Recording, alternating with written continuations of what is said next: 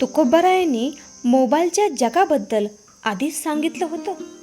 होय, तुम्ही अगदी बरोबर वाचलं.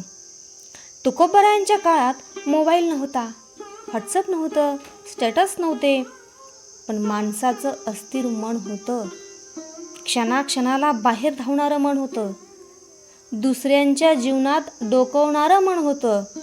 आणि म्हणूनच संत तुकाराम महाराज यांनी वारंवार मनाला आवर घालण्याचा उपदेश केला. आज फक्त काळ बदलला. पूर्वी माणूस बाजारात हरवायचा, आज मोबाईलच्या स्क्रीनमध्ये हरवतोय.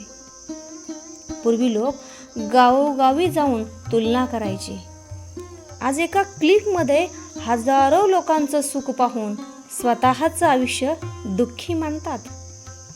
कुणी नवीन गाडी दाखवतं, कुणी पैसा, कुणी श्रीमंती, कुणी खोटं हसणं. आणि हे सगळं पाहून मन हळूहळू अस्वस्थ होत जातं.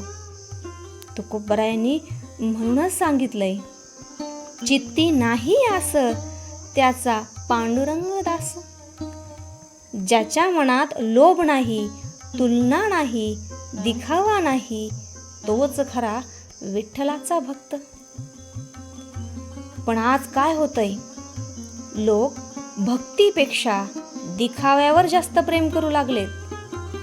हरिनामापेक्षा नोटिफिकेशन महत्त्वाची वाटू लागली. सकाळी उठल्यावर विठ्ठलाचं नाव नाही, पण मोबाईलचा लॉक मात्र लगेच उघडतो. रात्री डोळे मिटण्याआधी प्रार्थना नाही, पण शेवटचा स्टेटस मात्र नक्की पाहिला जातो. आणि हळूहळू मन रिकामं होत जातं. तुकोबाराय सांगतात, मुखी नाम नाही तया मुक्ती कैची.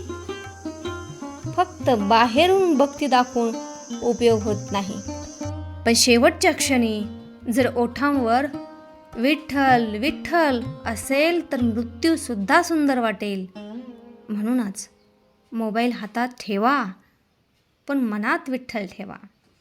कारण स्क्रीनचा प्रकाश फक्त चेहरा उजळवतो, पण हरिनामाचा प्रकाश संपूर्ण आयुष्य उजळून टाकतो. आज माणूस मोबाईलचा पासवर्ड विसरला तर बेचैन होतो, पण स्वतःचा खरा मार्ग विसरला तरी शांत झोपतो.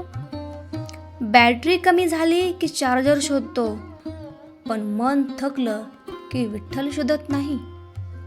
तुकोबाराय सांगून गेले, जगात कितीही मोठे व्हा, पण मनाने विठ्ठलापासून दूर जाऊ नका.